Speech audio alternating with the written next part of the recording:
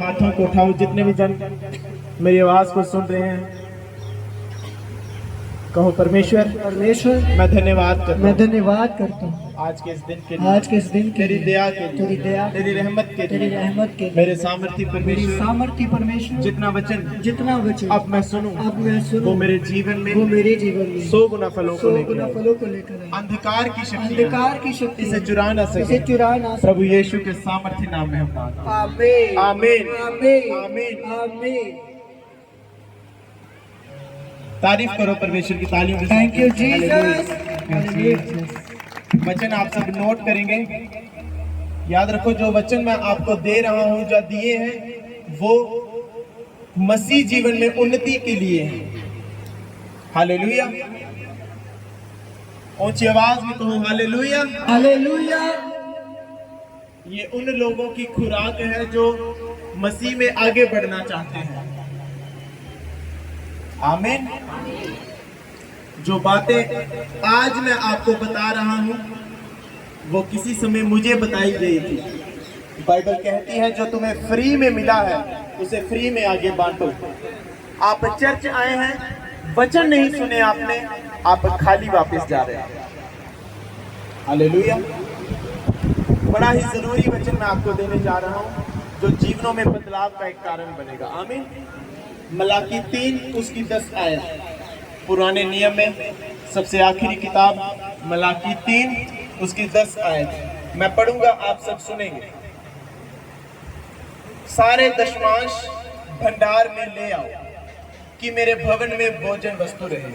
और सेनाओं का यहोवा ये कहता है कि ऐसा करके मुझे परखो कि मैं आकाश के झरोखे तुम्हारे लिए खोलकर तुम्हारे ऊपर अपरंपार आशीष की वर्षा करता हूं कि नहीं। हालेलुया। 11 आयत में लिखा, मैं तुम्हारे लिए नाश करने वाले को ऐसा घुड़कूंगा कि वह तुम्हारी भूमि की उपज नाश ना करेगा और तुम्हारी दाख लताओं के फल कच्चे ना गिरेंगे। सेनाओं की यहोवा का यही वचन है। सब कलीसिया कहे आमीन आमीन आमीन आमीन। परमेश्वर ने कलीसिया को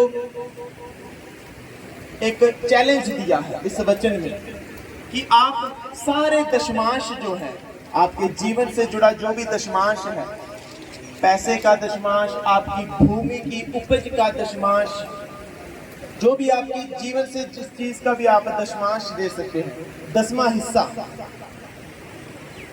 बाइबल कहती है सारे दशमांश मेरे भंडार में लाओ। क्यों लाओ? आगे कुछ कहता है। पहले उसने कह दिया कि सारे दशमांश मेरे भंडार में ले आओ कि मेरे भवन में भोजन वस्तु रहे। परमेश्वर कह रहा है कि जो भी आपसे जुड़े दशमांश हैं, चाहे आपकी कमाई का है, चाहे आपकी भूमि की उपज का है, चाहे आपके समय का है, उसे मेरे भवन में लेके आओ। वो ये नहीं कह रहा कि रास्ते में किसी को दे दो, भवन में लेके आओ। क्यों लेके आओ? पहला, ताकि मेरे भवन में भोजन वस्तु रहे, ताकि मेरे भवन के जो इंतजाम है वो बने रहे। और बाइबल कहती है जब आप ऐसा करते हैं, सारे दशमांश लाकर परमेश्वर के भवन में देते हैं, वो कहता है कि सेनाओं का यहोवा फिर ये कहता है कि ऐसा करके तुम दशमांश देखकर तो देखो, मुझे परखो। बाइबल यहाँ चैलेंज कर रही है कि ऐसा करके मुझे परखो, फिर देखो मैं तुम्हारे लिए आकाश से आशीषों की अपरंपार वर्षा करता हूं कि नहीं। आमीन। फिर वो कहता है कि मैं तुम्हारे लिए नाश करने वालों को ऐसा घुड़कूंगा कि वो तुम्हारी भूमि की उपज को नाश ना कर सकेंगे, तुम्हारी दाख लताओं के फल कच्चे ना गिरेंगे। सेनाओं के यहोवा का यही वचन है। सब कहो आमीन आमीन। अब ये वचन पूरा कैसे होता है? ये पूरा तब होता है जब हम पहला स्टेप पूरा करते हैं। पहला स्टेप क्या है? जब हम अपने दशमांशों में वफादार होते हैं। वो कहता है कि जब तुम सारे दशमांश मेरे भवन में लाओगे, फिर मैं तुम्हारे लिए अपरंपार आशीषों की वर्षा करूंगा, बेहिसाब। वो कह रहा है कि मैं तुम्हारे लिए बेहिसाब आशीषों की, ब्लेसिंग्स की बारिश करूंगा। जो तुम्हें नाश करते हैं मैं उन्हें ऐसा छिड़कूंगा कि वो दोबारा तुझे नाश ना करने पाएंगे। अब ये पूरा कैसे होगा? क्या कोई ऐसी गवाही? मैं आपको अपने जीवन की गवाही देता हूँ। जैसे आप में से आज बड़े सारे लोग पहली, दूसरी, तीसरी बार चर्च आए हुए होंगे। कई सारे लोगों की आशीष इसलिए रुकी है क्योंकि वो अपने दशमांशों में वफादार नहीं है, वो अपने 10वें हिस्से में वफादार नहीं है। मैंने आपको पहले, जैसा कि आपको बताया गया कि इस चर्च में जो भी आप बोलते हैं, जो भी आप दशमांश देते हैं, या अपनी ऑफरिंग्स देते हैं, वो सारी जब काउंट होती है तो वो अकाउंट्स में लिखी जाती है, फिर वो बैंक अकाउंट में जाती है। और जब किसी चर्च को जब जरूरत पड़ती है इंतजाम के लिए तो चेक लगता है और वो पैसा जो है फिर उन चीजों के लिए जाता है और उनका बिल कटता है। वो किसी की जेब में नहीं जाता, ना तो मेरी जेब में, ना मेरे परिवार के, ना पास्टर साहब की जेब में जाता है। वो इसी भवन के कामों के लिए लगता है। बाइबल कहती है सारे दशमांश मेरे भवन में लाओ। जब हम ऐसा करेंगे, बाइबल कहती है ऐसा करके तुम मुझे चैलेंज करते हो, मुझे परखो, फिर देखो मैं तुम्हारे लिए बेहिसाब आशीषों की वर्षा करता हूं कि नहीं। ऐसा हुआ मेरे जीवन में। जब मैं भी शुरू में नया चर्च जाने लगा, सबसे पहले दिन जब मैं गया, जब ये समय जो अब है, जब जिस बारे में मैं प्रचार कर रहा हूँ, ये प्रचार जब वहां होने लगा, मेरा दिमाग खटका कि इधर भी पैसे लेते रहे यार।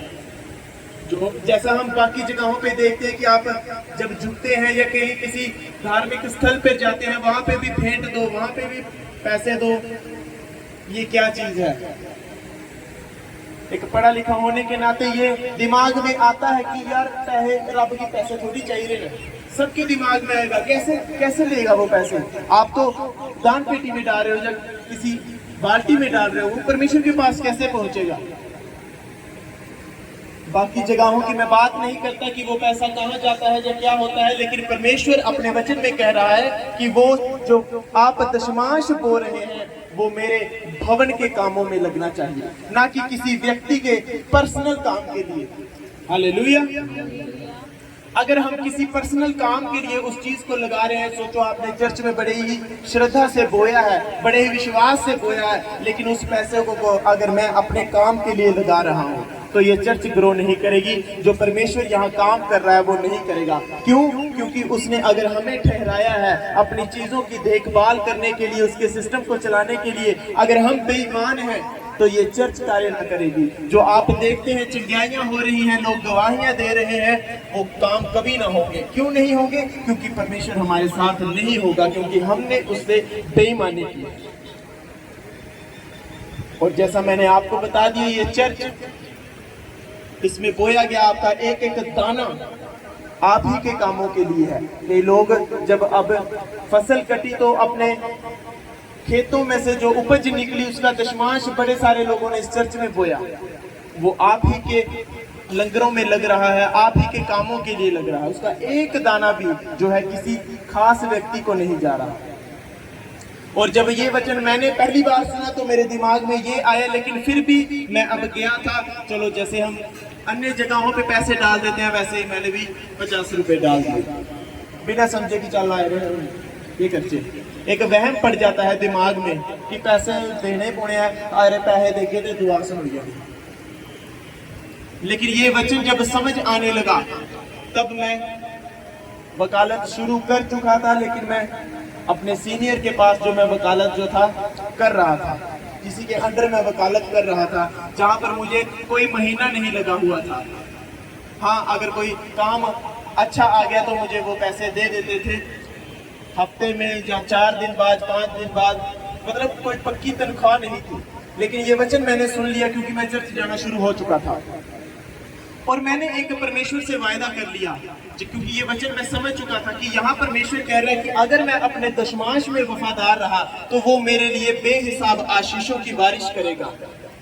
ये वचन मैंने जब सुन लिया तो मैंने परमेश्वर से वायदा कर दिया। उस समय मेरे पास मेरा दशमांश उतना नहीं बनता था, लेकिन मैंने परमेश्वर से वायदा कर लिया कि हर हफ्ते, हर संडे, प्रभु मैं 5000 पाना शुरू करूंगा। 500 रुपया मैं जो है हर संडे तेरे भवन में दूंगा।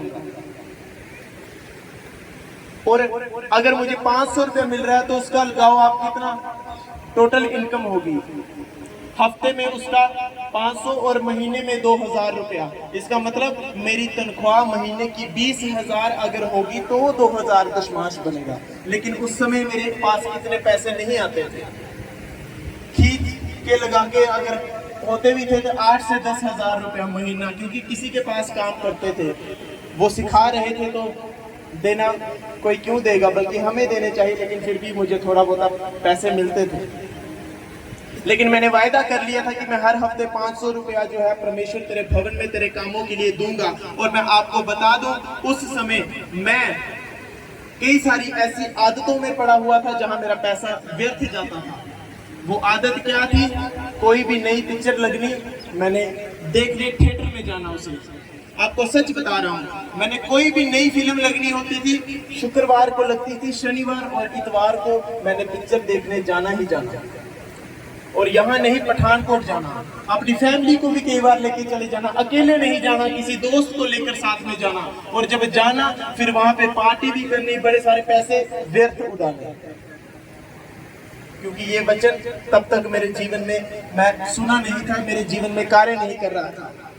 मेरी फिजूल खर्ची हो रही थी। वो मैं उन पैसों का और चीजों के इस्तेमाल कर सकता था जो मेरे जीवन में परिवार में जरूरत आ सकती थी, लेकिन वो फिजूल खर्च हो रहे थे। फिल्म देखने जा रहे हैं हम, ज्यादा नहीं तो 500,000 रुपया तो खर्च करके ही आ रहे हैं। ये वचन सुना, दशमाश बोना अभी नहीं था, 500 रुपया हफ्ते का बोना शुरू किया। और एक दिन ऐसा आया, मेरे सर ने मुझे कहा कि आशीष, मैं तो यार महीने की तनख्वाह लाई देना। अभी मुझे कोई 5-6 हफ्ते हुआ था, वो मैंने जो वायदा किया था 500 रुपया बोना, 2000 रुपया हफ्ते का जा रहा था। उस समय अगर मैं 2000 दे रहा था, दशमाश 2000 बना तो 20,000 लगा लो तनख्वाह होती होगी। लेकिन मैंने उस समय मेरी तनख्वाह नहीं थी, मैंने बोना शुरू किया। परमेश्वर ने मेरे सर का मन बदल दिया। उसने कहा, आशीष, मैं सोचा ना तेरी तनख्वाह लाई उठ यार, तू बोल किन्ने लाने। मैं सब थोड़ी मर्जी, जिन्हें मर्जी दे दो। मैं यार 20,000 रुपया महीना ला दिया। 20,000 महीना मुझे लग गया। उसका दशमाश में पहले ही दे रहा था। मैंने पहले बोना शुरू किया, 500 500 500 2000। उस वक्त इतनी तनख्वाह नहीं थी, लेकिन मैं परमेश्वर के साथ उसमें वफादार हुआ। मैंने उस समय अपने दशमाश से कई गुना ज्यादा बोया।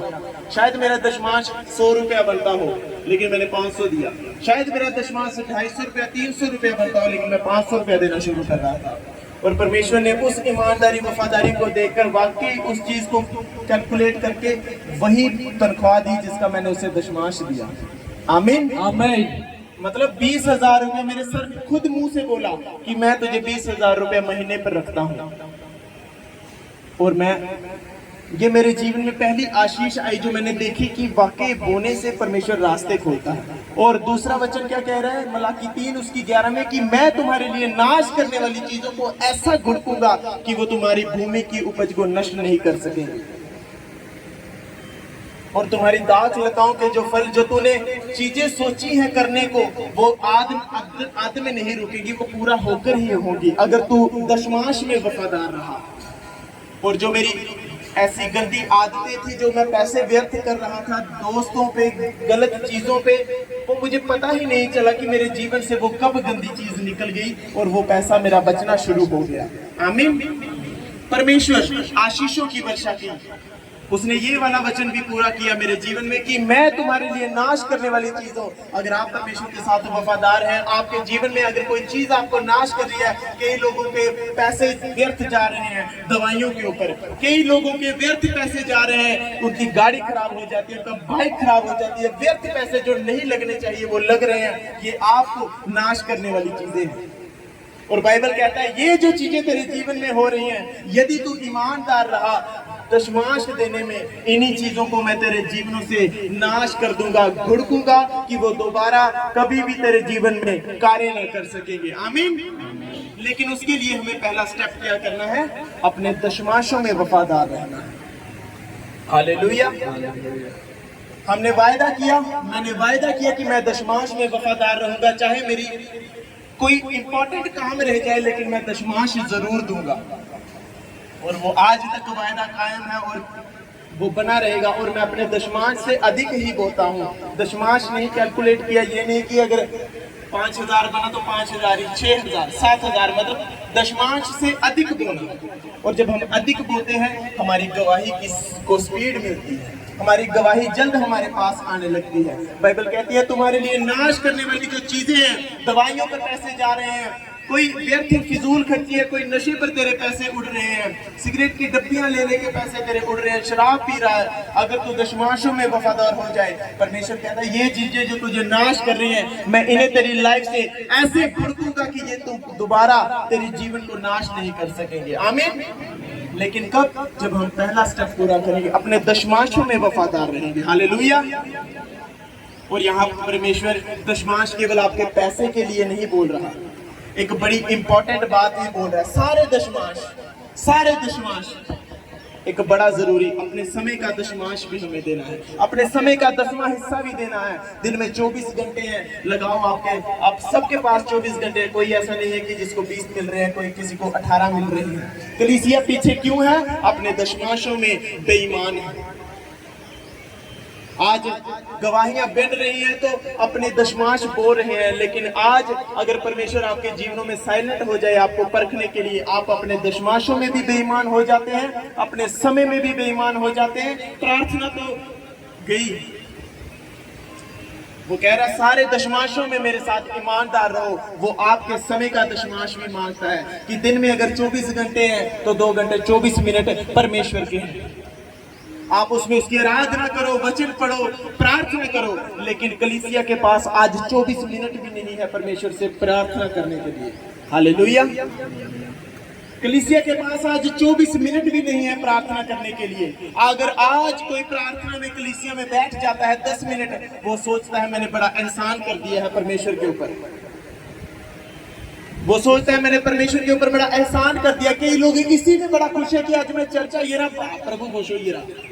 नो, आप खाना हर दिन खाते हैं, परमेश्वर आपका इंतजार करता है रोज कि वो मेरी संगति में नहीं आया। आप जब प्रार्थनाओं में बैठेंगे परमेश्वर आपसे फिर बात करता है। मत कोई सोचे कि परमेश्वर बात करता है और आपकी बात सुन लेगा। कैसे सुन लेगा? आप उसके साथ बेईमान हैं, ईमानदार नहीं है, परमेश्वर आपकी क्यों सुनेगा? आपने कितना त्याग किया परमेश्वर के लिए, आपने अपने जीवन को कितना समर्पण दिया है? कुछ भी नहीं। और आप वेट करते हैं और सोचते हैं कि परमेश्वर एक दिन मेरे लिए बड़ा काम करेगा। नहीं करेगा जब तक हम अपने जीवनों में सुधरेंगे नहीं। आज परमेश्वर कहता है कि तू मुझे छोड़ किसी दूसरे को ईश्वर करके ना मान। लेकिन यहाँ ऐसे ऐसे लोग बैठे हैं, इतने इतने बड़े चंगियाई परमेश्वर ने उन्हें दी है, लेकिन मौत के मुंह से बचाया है। कोई उनकी ईमानदारी परमेश्वर के साथ नहीं है। एक 10 रुपए की सिगरेट के लिए बिक जाएंगे परमेश्वर के लिए, और उनकी बातें प्रभु ताई में बड़ा खुश कर देना। एक दिन लंगर लगाने से प्रभु खुश नहीं होगा। ध्यान रखो, ये वो चर्च नहीं है कि आपने कुछ बो दिया चर्च में तो आपकी जय जयकार। हाँ, आपकी जय जयकार होगी जिस दिन आप परमेश्वर के साथ ईमानदार वफादार रहेंगे। हालेलुया। एक सच्चा अगुआ वही है जो अपनी भेड़ों की रक्षा करे, उन्हें उस रस्तों पर चलना सिखाए जहां से वो खुद गुजरे हैं, जहां से उन्होंने होकर बरकत पाई है। हालेलुया। सारे दशमांश, पैसे के दशमांश में भी वफादार रहना है और अपने समय के दशमांश में भी। आज लोग बड़े खुश होते हैं, पास्टर साहब ने प्रेयर की थी मैं ठीक हो गया। अबे तू कब प्रेयर करेगा? आप कब प्रार्थना करेंगे? आप कब किसी के लिए प्रार्थना करने वाले बनेंगे? 4-4, 5-5 साल आपको हो गया चर्च में आते, आज तक अगर किसी को कह दिया जाए कि लंगर के लिए प्रार्थना करे, पसीने छूट जाएंगे। आज किसी को बोल दे कि चल भाई ऑफरिंग वास्ते प्रेयर कर, नहीं मैं नहीं कर सकता। क्यों? मैं नहीं आती। तू कर क्या रहा है 4 सालों से? अगर आपका बच्चा 10 सालों से स्कूल जा रहा है और लगातार फेल हो रहा है, आप क्या पूछेंगे नहीं स्कूल लेके जाना? तुम आज आप कितने जने विरोध सहकर चर्च में आए हैं। लोग आपको पता नहीं क्या क्या बोल रहे होंगे कि इन्हें धर्म बदले, अपने ये शडी थे वो शडी थे, यही आपको बोल रहे होंगे चली पे मुंह चुकिए चर्च। जब आप यहाँ से जाओ, आपके फल उनको नजर आने चाहिए। आपकी बरकतें नजर आनी चाहिए। आप पेड़ ऐसा होने चाहिए, आपके फल नजर आने चाहिए। अगर कोई पेड़ हो, पत्ते हो, तो लोग कहेंगे ये शरीफ फूफा। आप चर्च अगर किसी का विरोध सहकर भी आए हैं, तो जब वापिस जाओ उसे दिखाओ कि भाई साहब गिरे हैं तो कुछ लिए भी आ रहे हैं, कुछ सीखिए भी आ रहे हैं, अपने जीवन के बदलाव भी लिए आ रहे हैं। आज आपके ताया जी आपको बोल रहे होंगे चली पे चर्च, चल दफा होकर बाहर निकल। आपकी जो गंदी आदत है, जब आप चर्च से बाहर जाए छूटनी चाहिए, उसको दिखना चाहिए कि यार चर्च क्या कोई बदलाव होया। लेकिन वो छूटेगी कैसे? जब हम प्रार्थनाओं में जाएंगे। बाइबल कहती है प्रार्थना कर ताकि तू कोई परीक्षा में ना पड़े। क्यों बोला उसने प्रार्थना कर? क्योंकि परीक्षाएं आएंगी, आपको टेस्ट करेंगे लोग, आपके घर वाले बाहर वाले टेस्ट करेंगे। और जब टेस्ट हो आपको पास होना है अच्छे नंबरों से, वो कैसे होंगे? जब हम प्रार्थना में तैयारी के साथ गए होंगे। हालेलुया। आज चर्च में बैठे लोगों की प्रार्थना जीरो है। जो एक टाइम पर शुरू हुए थे प्रेयर करने के लिए, 1 घंटा 2 घंटा आधा घंटा, आज उनकी प्रार्थना रही ही नहीं है। आज उनकी कोई प्रार्थना नहीं है और जीवन में इतने दुख है, दोबारा उन्हीं पापों में झंझट झगड़ालू, कोई प्रेम नहीं। कैसे नहीं है? क्योंकि प्रेयर नहीं है। आपका रिश्ता जिससे आप सोच रहे हैं कि वो मेरे जीवन में कार्य करेगा, टूट चुका है। क्यों टूटा? आपकी वजह से।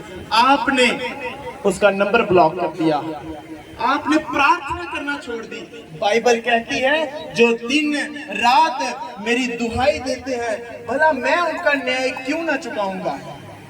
जो दिन रात मेरे आगे प्रार्थना करते रहते हैं, भला मैं उनका न्याय क्यों ना चुकाऊंगा। मैं चुकाऊंगा उनका न्याय। लेकिन किनका? जो दिन रात मेरी दुहाई देते रहते हैं, जो दिन रात मुझे पुकारते रहते हैं, मेरे नाम को धन्य कहते रहते हैं, मेरा शुक्र मनाते रहते हैं, हर हाल में राजी रहते हैं। क्या आप दिन रात परमेश्वर को पुकारते हैं, उसको दुहाई देते हैं? आज आप चाहते हैं मैं चंगा हो जाऊं, आज आप चाहते हैं मेरा परिवार सुधर जाए, मेरे बच्चे आशीषित हो जाएं। कितनी प्रार्थना आप करते हैं उनके लिए? जीरो, कोई प्रार्थना नहीं है। लोग मेरी खिलाफत ही करते रहते, मेरी कोई कदर नहीं है। अरे प्रार्थना कर भाई, उन्हीं लोगों का मन परमेश्वर बदल देगा तेरे लिए। आपकी बीमारी से आपको ऐसे छुड़ाएगा, आप सोच नहीं सकते कि ये मेरे जीवन में कैसे हो गया। लेकिन प्रेयर, आपको पता है कि मेरे मोहल्ले के सरपंच ने मेरे सर्टिफिकेट पर मोहर लगा दी तो मेरा ये काम सेट हो जाएगा, लेकिन वो नहीं लगा रहा। क्यों? आपके मोहल्ले के सरपंच के साथ लड़ाई है, वैर विरोध है, आपने कभी उसे बुलाया नहीं। और जब काम पड़ा आप जाएंगे, अगला आपको अपनी पावर दिखाएगा, बाहर निकालेगा और आपका काम नहीं होगा। लेकिन वही अगर आपने रिश्ता कायम रखा होता, हो सकता वो आपके घर आकर आपकी शर्त लगा के जाए। आमीन। उसी प्रकार परमेश्वर, जब आप प्रार्थनाओं में, बीजों में परमेश्वर के साथ वफादार रहेंगे, आपको कई चीजों की मांगने की भी जरूरत नहीं पड़ेगी। परमेश्वर बिन कहे ही आशीषें लुटाता रहेगा, आपके द्वारा कई लोगों को आशीषित कर देगा। आमीन। लेकिन कलीसिया, प्रार्थना कौन करे? घुटने कौन लगाए? कौन अपनी नींद को वो त्याग दे? बाइबल कहती है जब हम बपतिस्मा लेते हैं, पवित्र आत्मा हमें मददगार मिल जाता है, पवित्र आत्मा आपको हेल्पर मिल जाता है। जैसे ये भाई साउंड लगाने जहां आए तो लोगों, हमारे चर्च की टीम के लोगों ने साउंड उठाकर लगा दी, हेल्पर मिल गए। नहीं तो इसको अकेले को लगाना पड़ती, लेकिन मददगार मिल गए। बाइबल कहते हैं जितने जनों ने बपतिस्मा लिया है सबको मददगार मिला हुआ है, पवित्र आत्मा। जब आप बैठते हैं वो आपके जीवन में कार्य करना शुरू करता है। लेकिन कौन बोलता है पवित्र आत्मा से मेरी मदद कर, इस कमी से मुझे छुड़ा, मेरी प्रार्थना करना मुझे सिखा, मैं बाइबल पढ़ना मुझे सिखा? कोई नहीं। रात को हम प्रार्थना कर रहे थे, मैंने पवित्र आत्मा से कहा, हे पवित्र आत्मा, सुबह हमने जल्दी उठना है, मेरी जल्दी उठने में मदद सहायता करना। मैंने उसे पुकारा, फोन किया, ऐसे आप लगा लो, प्रार्थना में उसे पुकारा कि प्रभु सुबह हमने तेरे कामों के लिए जल्दी उठा हमें।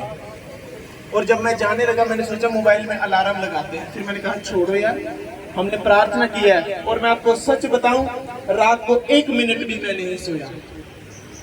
उस आत्मा ने मुझे परमेश्वर की ओर लगाए रखा, अपने वचन की ओर, आराधना की ओर। मैं सोने की कोशिश कर रहा था लेकिन नहीं, उस आत्मा ने इतनी प्यास बनाई। ये वचन जो आज जागा है उस प्रार्थना की वजह से आज जागा है। हालेलुया। त्याग किया है तब आज मैं आपके सामने ये प्रीच कर पा रहा हूं। प्रार्थना का असर है। मैं 1 मिनट भी आज रात नहीं सोया, मैं आपको गवाही दे रहा हूँ। नहीं तो हमारे घर में आप पूछ लो किसी से भी, 8-9 बजे से पहले हम गेट नहीं खोलते क्योंकि सोए हुए होते हैं। लेकिन आज 1 मिनट भी मैं नहीं सोया और परमेश्वर का अनुग्रह है, उसका बल है। ये वचन जो आज मैं आपको दे रहा हूँ ये रात त्याग का पैदा हुआ है। और त्याग अगर आप करते रहोगे परमेश्वर ऊंचा करता है। मैं जब उठा फिर मैंने टाइम देखा 5 बज गया। मैं चलो यार उठने में बाहर जल्दी। और मैंने उठ के साजन को फोन किया, मैं साजन, हाँ जी, मैं हाँ आ जा, ओके। कोई दूसरी बात नहीं कि 5 बजे 5 बजे तो ही उधर उठिए।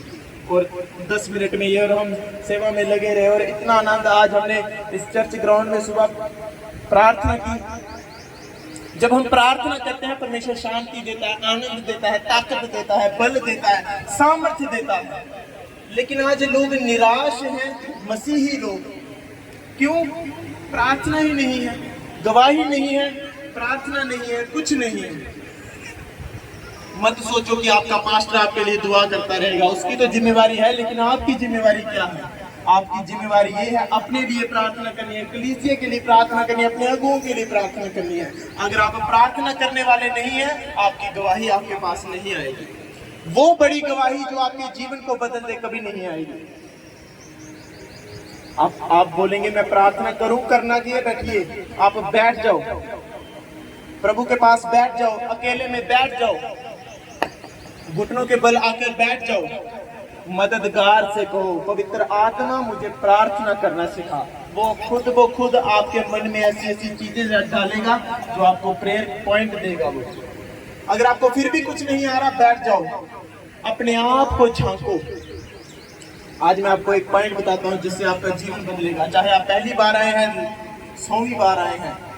जैसे चावल हम छांटते हैं, दाल हम छांटते हैं, पत्थर अलग करते हैं, दाल अलग। आप परमेश्वर के साथ बैठ जाओ, अपने आप को देखो, अपने आप को छांटो। मेरे जीवन की आ रही कमी है, मैं बीड़ी पीना ना, सैड एक पॉइंट यार, मैं कुड़ियां भी दिखना ना, तो यार गाला भी निकली अंदर। अपने आप को चेक करो, ये मेरी कमियां हैं। जो आपको कमियों की लिस्ट बन गई, परमेश्वर से कहो प्रभु ये मेरी कमियां कर दो, मेरी ताकत दे, जोर दे, मेरे जीवन च काम कर, ये कमियां छुड़ा। और परमेश्वर फिर काम करना शुरू करेगा। आमीन। लेकिन हम उसके पास जाते ही नहीं है, फोन मिलाते ही नहीं है और इंतजार करते हैं कि अगला बंदा हमें फोन करे। कैसे करेगा? आप सोच रहे हैं कि यार कदा कर ले चेता हो सानू, कैसे करेगा? तू तो कर ही नहीं रहा यार। तू याद करेगा, वो अपनी बात तुझे बताएगा। बाइबल कहते हैं तू मुझसे प्रार्थना कर, मैं तुझे उत्तर दूंगा। कैसा उत्तर आप चाहते हैं? आप चंगाई का उत्तर चाहते हैं? प्रार्थना करो। बरकत का उत्तर चाहते हैं? प्रार्थना करो। बाइबल कहते हैं तू प्रार्थना कर, मैं तुझे उत्तर दूंगा, तुझे गहरी गहरी बातें बताऊंगा जो अभी तक तू नहीं जानता। जब आप प्रार्थना करना शुरू करेंगे, परमेश्वर आपके जीवन के बारे में आपको बताना शुरू करता है। कहाँ कमी है, कहाँ अच्छी चीज है, कहाँ क्या करना है, कहाँ चर्च में क्या चीजें करनी है, मुझे सेवा क्या करनी है। हालेलुया। मैंने देखे वफादार लोग दूर दूर से आकर टाइम पर चर्च में सेवा कर रहे हैं, लेकिन पास वालों के कानों में जूं तक नहीं रहती। आप जाओ देखो गुज्जर चक कितनी दूर है, लेकिन ये लड़के 9:30 बजे चर्च में मौजूद हैं। 40 किलोमीटर दूर है गुज्जर चक, लड़के टाइम पर मौजूद हैं। हटली गांव कितनी दूर है, 2 गाड़ियां चेंज करके आना पड़ती है, लेकिन वहां की कलीसिया 10 बजे से पहले मौजूद है। क्या परमेश्वर के लिए आपने त्याग किया? आप अपने समय का त्याग नहीं कर सकते, अपनी नींद का त्याग नहीं कर सकते, खास कर चर्च संडे वाले दिन। और आप चाहते हैं परमेश्वर आपके लिए बाउंड्रीज तोड़कर एक बड़ा काम कर दे, आप छोटा काम उसके लिए नहीं कर पा रहे। जाओ उस व्यक्ति से पूछो जो 6 बजे 7 बजे तक फैक्ट्री में शिफ्ट लगा रहा है और 8 बजे चर्च में आकर काम कर रहा है और सुबह फिर से 5 बजे चर्च में है। कितना शरीर टूटा हुआ होगा, लेकिन फिर भी परमेश्वर के कामों के लिए मौजूद है। पूछो उन लोगों से यहाँ चर्च में मौजूद है जो 24-24 घंटे की शिफ्ट लगाकर और फिर भी चर्च में है। किसके लिए? मेरे लिए? नो, परमेश्वर के लिए। कहाँ है छपे चक्के? आप लड़के होकर आप अपनी सेवाओं में वफादार नहीं हैं। मैं किरण सिस्टर की बात करता हूँ, फैमिली में इतना विरोध है, लेकिन हर समय हर संडे चर्च में मौजूद है और परमेश्वर आशीषित कर रहा है रिश्तों के साथ और बड़ी सारी चीजों के साथ, जॉब्स के साथ और बड़ी सारी चीजों के साथ। आमीन। लेकिन जब हम त्याग करेंगे, परमेश्वर के साथ समर्पित रहेंगे। अपने आप को देखो, वो लोग जिनके पास सब कुछ साधन है, जिनके दीवारों के पार घर है, लेकिन चर्च में क्या सेवा है?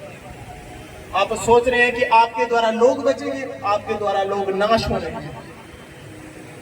आपके द्वारा लोग नाश हो रहे हैं आपके जीवनों को देखकर। कोई प्रार्थना नहीं है, जीवनों में गंदगी है। और आप सुसमाचार सुनाएंगे, क्या सुसमाचार सुनाएंगे? आपकी गवाही क्या है? आप अगर अपने जीवनों में, मैं कहता हूं, चिन्ह चमत्कार देखना चाहते हैं, सबसे बड़ा चमत्कार तब शुरू होगा जब आप घुटनों पर आना शुरू कर देंगे। हालेलुया।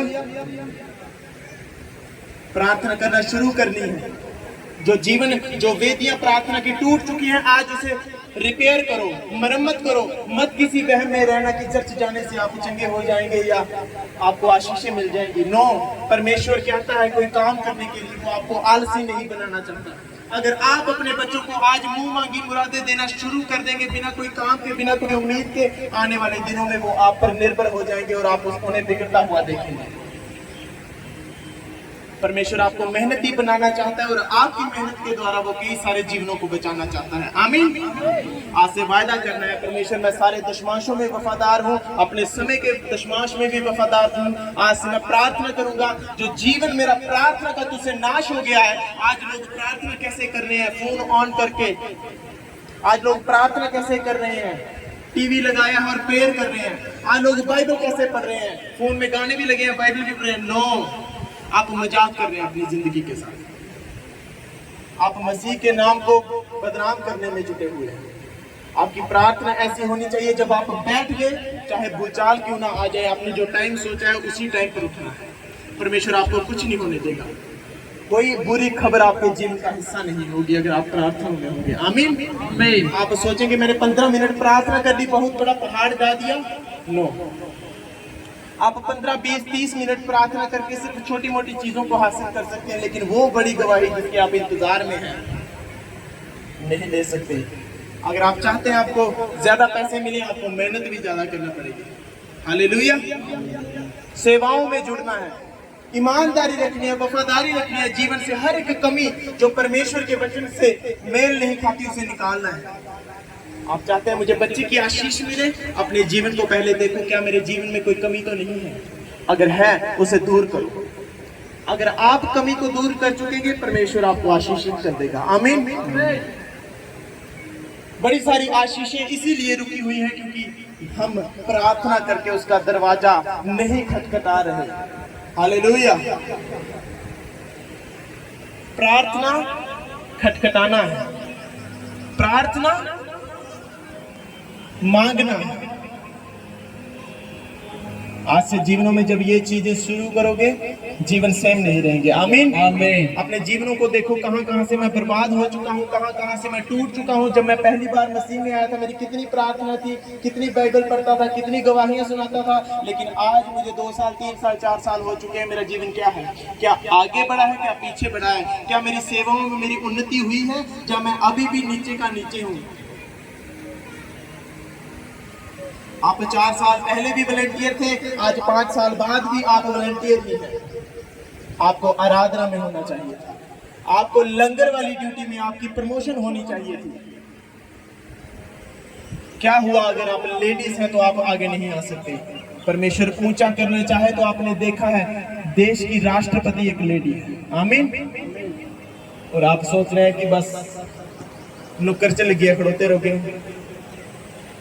ऐसा नहीं चलेगा। जीवनों को सुधारना पड़ेगा। कितने लोग विरोध में हैं, क्या दिखाओगे उन्हें? अपनी बदनामियां, अपनी बदकारियां, अपने गलत काम? नो।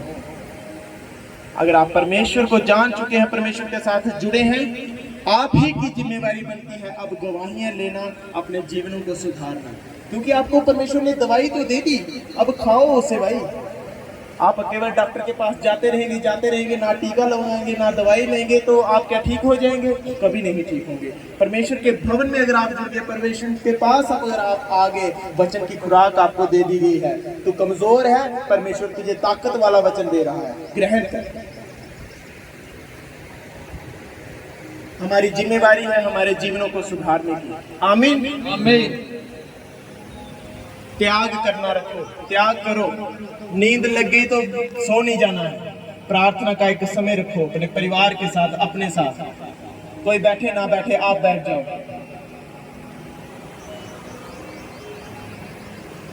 प्रार्थना का समय रखो अपने जीवनों में। बाइबल पढ़ने का समय रखो। रात को नहीं पढ़ सकते, दिन को पढ़ो, दोपहर को पढ़ो। जहां आप काम करते हैं वहां पर आपके पास एक बाइबल होनी चाहिए। एक आपकी बाइबल घर में होनी चाहिए। जैसे मैं अपने ऑफिस में काम करता हूँ, एक बाइबल मेरी ऑफिस में है। फ्री समय होता है, मैं वहां से वचन पढ़ता हूँ, बाइबल पढ़ता हूँ। और प्रार्थना कंटिन्यू आपके मन में, हृदय में चलनी चाहिए। रात को बैठो परिवारों के साथ, अपने प्रेयर पॉइंट्स देखो, क्या है मेरे जीवन में कमी, क्या है, उनके ऊपर काम करो। मैं नहीं कहता कि वो रात को ही छूट जाएंगे, लेकिन परमेश्वर शुरू कर देगा उन्हें छुड़ाना। Hallelujah hallelujah. मैं नहीं कहता कि आपको रात को ही गवाही मिल जाएगी, लेकिन उस गवाही की नींव डलना शुरू हो जाएगी जब आप प्रार्थना करना शुरू करेंगे। आमीन आमीन। प्रार्थना बड़ी जरूरी है। समय का दशमांश बड़ा जरूरी है। अपने जीवनों से जुड़े हर एक दशमांश बड़े जरूरी है। Hallelujah hallelujah. हाथों को उठाओ, अंगीकार करो, परमेश्वर जो मेरा जीवन बिगड़ चुका है, आज से मैं वायदा करता हूँ, मैं मरम्मत करूंगा, सुधारूंगा, रिपेयर करूंगा अपनी प्रेयर लाइफ की, अपनी पर्सनल लाइफ की, अपनी फैमिली लाइफ की, और मैं तेरा गवाह बनकर वापिस लौटूंगा। प्रभु यीशु के सामर्थ्य नाम में हम मांगते हैं। आमीन आमीन। तालियों के साथ धन्यवाद करो परमेश्वर के इस वचन के